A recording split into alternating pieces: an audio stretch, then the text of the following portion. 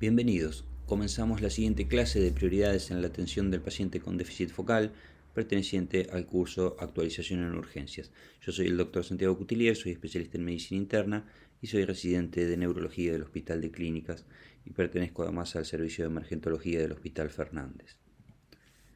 Los objetivos son describir una metodología de estudio sistemática de los pacientes con un síndrome focal agudo y hacer hincapié en las alternativas de tratamiento según el tiempo de evolución. Vamos a describir además los cuidados iniciales de sostén que deben recibir los pacientes en el departamento de urgencias. Por definición, un síndrome focal es un conjunto de signos y síntomas que pueden ser explicados por una lesión en un sitio puntual del sistema nervioso. Cuando un déficit focal surge en forma súbita, por supuesto, el primer diagnóstico a tener en cuenta es el de accidente cerebrovascular, que puede ser isquémico o hemorrágico. Desde el punto de vista epidemiológico, constituye la segunda causa de discapacidad en el mundo, una incidencia global de alrededor de 156 pacientes cada 100.000 habitantes por año. La mayoría son isquémicos, se reparten en partes más o menos iguales, los cardioembólicos de gran vaso, de pequeño vaso y criptogénicos, y se estima que entre el 10 y el 46% se deben a la oclusión de un vaso proximal y por tanto son susceptibles de tratamiento con trombectomía mecánica, aunque la disponibilidad suele ser una limitante importante. Algo similar sucede con la trombólisis, que es mucho más frecuente en los países desarrollados que en los países en vías de desarrollo. En nuestro servicio constituye la quinta causa de ingreso luego de trauma, insuficiencia respiratoria, alteraciones de la conciencia y dolor torácico. El resultado en términos de discapacidad del paciente con un ACV isquémico es dependiente de varios factores. Lo más importante es la edad del paciente, las comorbilidades y la severidad clínica al ingreso. La discapacidad a los 30, 60, 90 días varía entre un 50% y menos de un 10% según la severidad clínica al ingreso fundamentalmente. Mencionamos que un déficit focal que surge en forma súbita debe hacer pensar en un accidente cerebrovascular, pero hay que considerar otros diagnósticos diferenciales como las convulsiones que se pueden asociar a parálisis de TOD o la exacerbación de un síndrome focal por una lesión previa en el contexto de una infección sistémica o de un desarreglo tóxico-metabólico. Desde el punto de vista del examen clínico, es fundamental hacer una evaluación objetiva y reproducible de los hallazgos. Esto se logra a través de la escala de NIH, es una escala de 11 puntos que obtiene alguna complejidad, pero que es muy importante para tomar decisiones basadas en la severidad clínica del evento. Yo dejo en la presentación unas escalas y clasificaciones disponibles en un canal de YouTube. En realidad es la explicación de cómo se debe evaluar la escala traducida al español de la versión original del Instituto Nacional de Salud. Además, les dejo el link para que vean el sitio oficial donde se pueden certificar en la evaluación de esta escala y un link a una aplicación que desarrollamos en el servicio que permite evaluar la escala a la cabecera del paciente y que puede exportar los resultados en distintos formatos, donde van a encontrar además algunos otros recursos útiles en la atención de estos pacientes. La escala NIH a veces tiene cierta complejidad. Eventualmente el personal podría no estar del todo habituado a utilizarla. Hay escalas que para el diagnóstico son más sencillas y que pueden ser útiles, como la escala de Reuther, que asigna un punto a cada uno de estos ítems: la debilidad facial, braquial, crural, las alteraciones en el habla independientemente del tipo, los defectos en el campo visual, y que resta un punto para los pacientes que tienen alteración de la conciencia o síncope o actividad epiléptica. Con un punto de corte de 0 tiene una sensibilidad del 88% y una especificidad del 66% para el diagnóstico de ACV. Hay que tener en cuenta que no es adecuada para estratificar la severidad del evento. Ahora bien, cuando ingresa en el servicio de urgencias un paciente con un déficit focal agudo que tiene menos de 24 horas de evolución, tenemos que pensar que podría llegar a tener posibilidades de reperfusión y de esa manera disminuir la probabilidad de discapacidad a largo plazo. Por lo tanto, la atención debe ser inmediata, se debe dar aviso al servicio de emergentología o de neurología si estuviera disponible. Hay que asegurar la permeabilidad de la vía aérea, la ventilación y el estado hemodinámico del paciente, hacer una glucosa en sangre capilar y colocar al menos un acceso venoso periférico. se aprovecha esa colocación del acceso venoso periférico para tomar muestras de sangre que incluyen un coagulograma. Hacemos un examen neurológico, idealmente a través de la escala NIH, y vamos a tener que trasladar al paciente al servicio de neuroimágenes para la adquisición habitualmente de una tomografía. Y en casi todos los casos va a ser necesario, especialmente cuando el NIH es alto, hacer una imagen vascular, es decir, una angiotomografía. Se estima que para mejorar la calidad de atención de los pacientes, el tiempo entre el ingreso y la adquisición de la tomografía no debería ser mayor a los 20 minutos. Se debe solicitar al técnico de imágenes que envíe a través del sistema CAPAX las imágenes al servicio de emergencia para la interpretación de esas imágenes, y por supuesto también va a contribuir el neuroradiólogo en el informe de esas imágenes. Esa interpretación de las imágenes debería hacerse en un plazo no mayor a los 20 minutos. El electrocardiograma es un estudio muy importante en estos pacientes, pero no debe retrasar el traslado del paciente al tomógrafo. Una vez evaluado el paciente clínicamente y obtenidas las imágenes, vamos a interpretarlas para tomar una decisión. Podemos encontrarnos con una tomografía que no tiene ninguna lesión aguda, que muestra unos cambios isquémicos tempranos o que muestra una lesión ya evolucionada. Podemos encontrarnos con un ACV hemorrágico, en cuyo caso el tratamiento por supuesto va a ser diferente. Vamos a tener que evaluar la angiotomografía, sobre todo para detectar si hay una oclusión de un vaso proximal que nos haga pensar que el paciente puede ser tratado por vía hemodinámica, o podemos encontrar una lesión no isquémica, como en este caso una lesión tumoral con edema perilesional que esté simulando una ACV. Cuando encontramos lesiones indicativas de un proceso isquémico agudo, es muy útil estratificarlas de acuerdo a este score que se llama score de Aspect. Un score de Aspect de 10 se considera que es una tomografía normal y se va restando un punto a medida que se observan hipodensidades en cada una de estas regiones que están señaladas. De manera que mientras más bajo es el Aspect, mayor es la extensión de la lesión isquémica. Dejo nuevamente un link a este canal de YouTube donde hay unos tutoriales bastante sencillos de cómo poder visualizar y hacer postprocesamiento básico de estas imágenes para poder interpretarlas en el servicio de emergencias. De cara al tratamiento, tenemos que pensar que hay un tratamiento agudo en el ACV de reperfusión y un tratamiento de sostén, y que además, por supuesto, existe un tratamiento de prevención secundaria. Las dos formas de reperfusión que tenemos disponibles actualmente son la trombólisis sistémica con administración de alteplase y la trombectomía mecánica. Para entender las distintas formas e indicaciones de tratamiento, hay que tener claro el concepto de core y penumbra. Llamamos core a una región, a un volumen del cerebro que está irreversiblemente lesionada por la isquemia, y llamamos penumbra a un área que, si bien tiene un déficit en el flujo sanguíneo y está disfuncional, puede recuperarse si se restablece el flujo sanguíneo. Conforme pasa el tiempo, el core tiende a ser más grande y la penumbra más chica. Por este motivo es que es importante tomar una conducta terapéutica cuando se puede, de manera rápida, para evitar secuelas a largo plazo. Cuando ingresa un paciente con un ACV isquémico, es muy importante establecer de manera precisa el momento en el que se iniciaron los síntomas, porque es desde ese momento en el que vamos a empezar a contar y a considerar las distintas ventanas de tratamiento. Muchas veces no es posible saber en qué momento iniciaron los síntomas, pero en ese caso empezamos a contar desde la última vez que alguien lo vio bien. Para realizar trombólisis en ventana de 4 horas y media, que fue el primer tratamiento descripto de reperfusión en el ACV, tenemos que evaluar al paciente clínicamente, hacer una tomografía que descarte sangrados, chequear si el paciente tiene indicación de trombólisis y si tiene alguna contraindicación formal. En tal caso, si el paciente tiene indicación y no tiene contraindicaciones, se puede trombolizar. Pero el único recurso tecnológico que necesitamos es una tomografía para descartar sangrado o una lesión hipodensa exageradamente extensa que nos haga pensar que ya no hay posibilidad de recuperación de parenquima cerebral. Pero también existe la trombólisis en ventana de hasta 9 horas. En realidad, ese tratamiento está restringido a un grupo de pacientes que tienen un ACV isquémico, que si bien tiene más de 4 horas y media, tiene todavía parénquima viable. Eso como se demuestra a través de estudios avanzados de perfusión en los cuales se puede determinar el área del core que habíamos mencionado antes y el área de la penumbra. Restando una de otra, se obtiene la cantidad de parénquima que se puede salvar. Bajo determinados criterios, en los que no vamos a profundizar ahora, se puede considerar la trombólisis en ese escenario.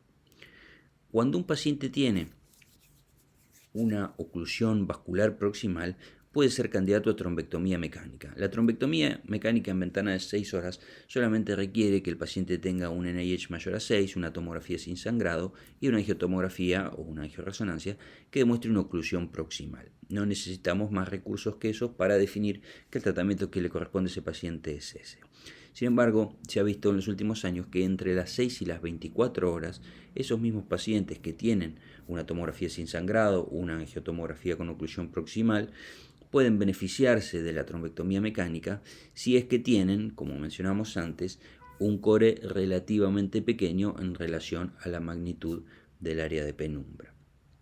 Cuando el paciente se acuesta a dormir sin manifestaciones neurológicas y se despierta con un foco, podemos empezar a contar 4 horas y media desde que se despertó con foco, ya no desde la última vez que lo vieron bien, que sería cuando se acostó a dormir sin foco, sino que en este caso puntual de la sede del despertar contamos 4 horas y media desde que se despertó con foco. Pero en esos pacientes vamos a necesitar para la trombólisis una tomografía que demuestre que no hay sangrado y un estudio de perfusión que nos indique que hay un core muy chiquito y un área de penumbra muy grande. O, en su defecto, una resonancia magnética que nos muestre que hay un infarto, que es positivo en la difusión, pero que tiene un flare en ese territorio que es completamente normal. Estas serían las estrategias de reperfusión disponibles actualmente. Vamos a hablar fundamentalmente de trombólisis en ventana de 4 horas y media porque es lo más accesible y lo que tiene una ventana más estrecha donde hay que actuar con mucha rapidez. Dejo un link a las guías de la American Heart Association donde se listan todas las indicaciones, las contraindicaciones y todos los detalles de cómo se procede para la trombólisis en ventana de 4 horas y media. También un link a la aplicación que habíamos mencionado antes donde hay diferentes recursos que permiten mejorar la calidad de atención de estos pacientes. Las indicaciones de trombólisis en ventana de 4 horas y media son tener un evento isquémico, por supuesto habiendo descartado sangrado, con un NIH mayor a 5 o menor, pero con un síntoma que se considere severamente discapacitante.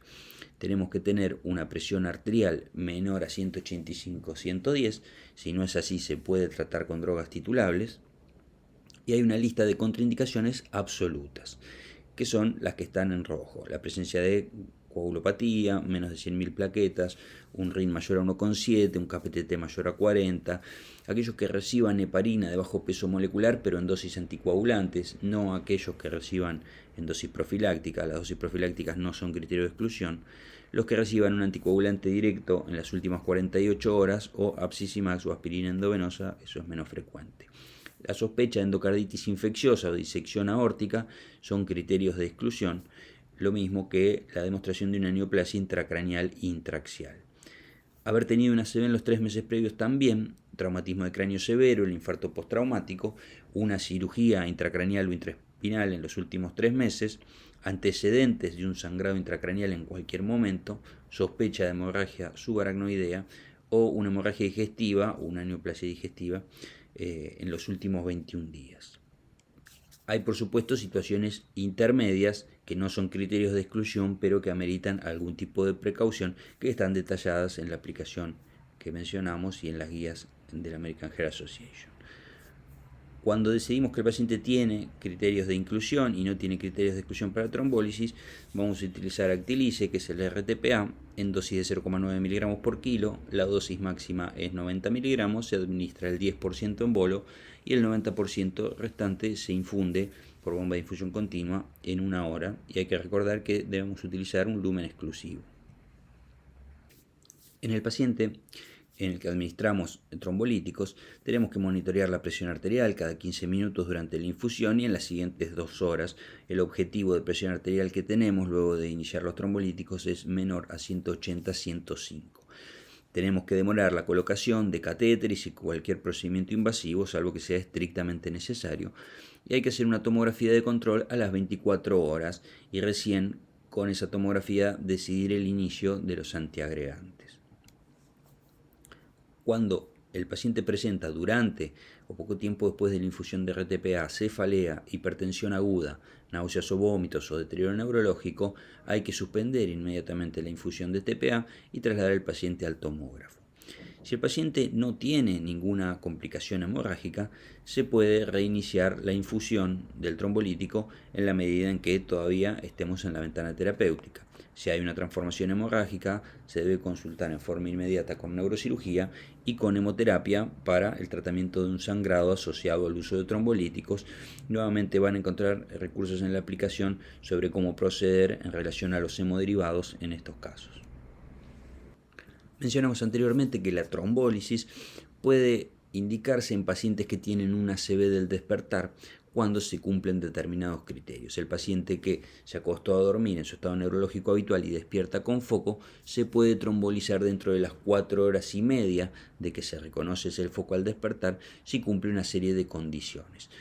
El área isquémica tiene que ser medida por resonancia magnética y menor a 1/3 de la arteria cerebral media, o si es en el territorio de la cerebral posterior o anterior, menos de la mitad del territorio. El NIH tiene que ser menor a 25 y tenemos que demostrar por resonancia magnética que existe un infarto isquémico que es positivo en la difusión, pero que en esa zona de difusión positiva el FLAIR es completamente normal. A eso le llamamos mismatch difusión FLAIR. Si hay match difusión FLAIR, es decir, que hay un incremento de la señal en la secuencia FLAIR en la zona infartada, el paciente queda excluido del tratamiento trombolítico. Los investigadores que llevaron a cabo este estudio, que se llama Wake Up, desarrollaron una aplicación que está disponible en internet donde uno se puede entrenar en la interpretación del mismatch difusión FLAIR a través de varios ejemplos. Vamos a hablar ahora algunas palabras del tratamiento de sostén en el departamento de urgencias. Medidas generales de cuidado como cabecera 30 grados y movilización temprana luego de las 24 horas son muy importantes. El control de la TA debe iniciarse con drogas titulables si el paciente tiene una hipertensión muy severa, mayor a 220-120, o si presenta angina de pecho, encefalopatía, eclampsia, edema agudo de pulmón o disección aórtica. Los pacientes que van a recibir tratamiento trombolítico deben tener una presión menor a 185-110 y luego de la infusión de trombolíticos el objetivo, como habíamos mencionado, es de 180-105. Con respecto a la administración de fluidos hay que evitar las soluciones hipotónicas. Si se sospecha que el paciente está hipovolémico, utilizar solución salina al 0,9. Hay que controlar la glucemia con un objetivo menor a 180. Controles más estrictos han demostrado no mejorar los resultados y hay que evitar y corregir la hipoglucemia si apareciera. El inicio de la tromboprofilaxis puede ser desde el ingreso si el paciente no se trombolizó. Si el paciente recibió trombolíticos hay que esperar al menos 24 horas y el resultado de la tomografía de control. La evaluación de la dilución es un punto muy importante en la atención del paciente con un ACV isquémico. Debemos hacer una evaluación sistemática de la dilución y el paciente no debe recibir nada por boca hasta que esa evaluación esté realizada. Hay que iniciar en forma temprana la alimentación enteral en el paciente que no puede recibir nada por boca y existen diferentes maneras de estudiar sistemáticamente estos pacientes. Algunos son pruebas de tamizaje clínicas, pero cuando el paciente falla en algún punto de esas pruebas de tamizaje debe recibir una evaluación formal a través de un estudio endoscópico o una videodeglución. En las primeras 24 horas de evolución de un ACV isquémico, el paciente debe recibir monitoreo neurológico y hemodinámico continuo. Posteriormente, según su condición clínica, podrá continuar su internación en una unidad de terapia intensiva o en la sala general. Durante la internación, el paciente va a realizarse una resonancia magnética con angioresonancia o angiotomografía si es que no se hizo antes, un ecocardiograma, un Holter de 24 horas y unas imágenes de vasos de cuello. Todo esto destinado a identificar el mecanismo de la ACV para posteriormente poder establecer la mejor forma de prevención secundaria. Con respecto a la prevención secundaria, Suele determinarse durante los primeros días de internación de los pacientes, pero hay una serie de medidas farmacológicas generales que se deben instaurar ya desde el ingreso al departamento de emergencias. Una de ellas es la administración de estatinas en dosis elevadas. Esto se ha demostrado hace algunos años que produce una disminución en el riesgo de recurrencia. Las dosis de atorvastatina son de 80 miligramos por día. Se considera que no son candidatos a aquellos pacientes que tengan una fuente embolígena demostrada. Con respecto a la antiagregación, históricamente se ha utilizado la aspirina como forma de prevención secundaria hasta que se establezca el mecanismo del ACV. Actualmente sabemos que algunos pacientes se benefician de la doble antiagregación con aspirina y con clopidogrel. Esos pacientes son aquellos pacientes que tienen un stroke, pero un stroke que tiene un NIH bajo, es decir, un stroke menor. Esos pacientes se benefician de la doble antiagregación durante al menos 21 días. También se benefician de la antiagregación los pacientes que tienen un ataque isquémico transitorio, pero que tienen factores de riesgo de recurrencia. Esos factores se determinan a través del ABCD2 score, que este que tienen acá se basa en la edad, la presión arterial, las características clínicas del evento, su duración y la presencia de diabetes. Si el score es de 4 o más, el paciente es candidato a doble antiagregación con aspirina y clopidogrel. El stroke, que tiene 4 o más de NIH, o el AIT, que es de bajo riesgo, se medican con aspirina como única antiagregación o eventualmente solamente clopidogrel. Entonces, a modo de resumen, cuando recibimos un paciente con un ACV isquémico, cuando recibimos un paciente con un ACV isquémico, si está en ventana de 4 horas y media, tenemos que considerar la posibilidad de iniciar trombólisis. En la ventana de 4 horas y media a 9 horas, considerar la trombólisis siempre que se cumplan estos criterios de mismatch entre core y perfusión que habíamos mencionado. En los pacientes que tienen una ACV del despertar, podemos tratar con trombolíticos los pacientes que cumplan criterios del WECA, por supuesto que no tengan contraindicaciones. Y los pacientes que están en ventana de 24 horas y que tienen una oclusión proximal en la angiotomografía, podríamos pensar en la trombólisis si es que el paciente cumple criterios, pero tenemos que pensar además en la derivación urgente a un centro que tenga disponibilidad de trombectomía mecánica. Entonces, como conclusiones, tenemos que pensar que el déficit focal agudo constituye una situación de alta prioridad en los sistemas de emergencia y que requiere una evaluación inmediata. Existen estrategias de reperfusión que pueden disminuir el riesgo de discapacidad neurológica para aquellos que se presentan incluso dentro de las primeras 24 horas. La creación de unidades de stroke es imperativa y es necesario derivar a todos los pacientes que tengan un ACV isquémico y que no puedan ser evaluados y tratados adecuadamente dentro de las primeras 24 horas. Dejo acá unos links que había mencionado durante la charla, los videos sobre evaluación del NIH, el sitio donde se pueden certificar, la aplicación desarrollada por el Servicio para la Evaluación de Pacientes con Stroke, la aplicación desarrollada por los autores del Wake Up para entrenamiento en la determinación del mismatch difusión FLAIR, una serie de videos sobre reperfusión y prevención secundaria en ACV y una serie de videos también para la utilización de software que permiten visualizar las imágenes en formato digital y hacer los postprocesamientos necesarios para ver las angiotomografías. Dejo también mi mail por cualquier consulta y desde ya muchas gracias.